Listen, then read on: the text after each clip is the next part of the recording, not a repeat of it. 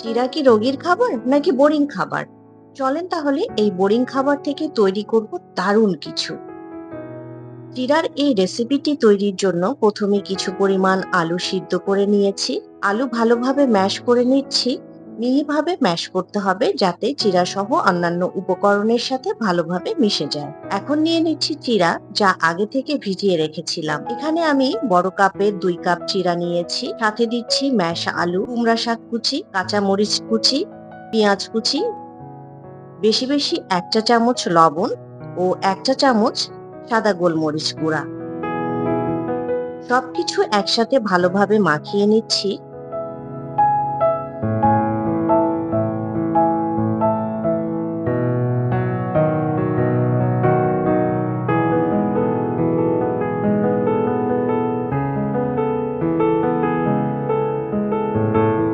এখন নিয়ে নিচ্ছি লম্বা করে কেটে রাখা মোজারেলা চিজ।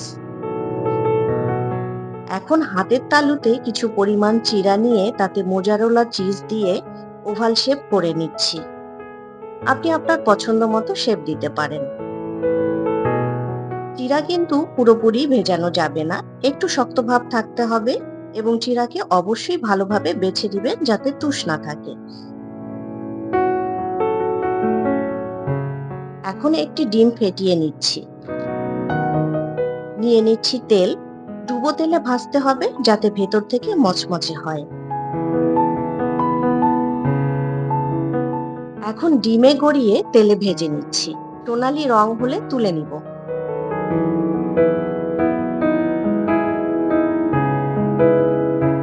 ভাজা হয়ে গেছে, দেখতে ভীষণ সুন্দর হয়েছে। এখানে আমি কুমড়া শাক নিয়েছি, চাইলে আপনারা অন্য যে কোনো শাক বা ধনেপাতা নিতে পারেন।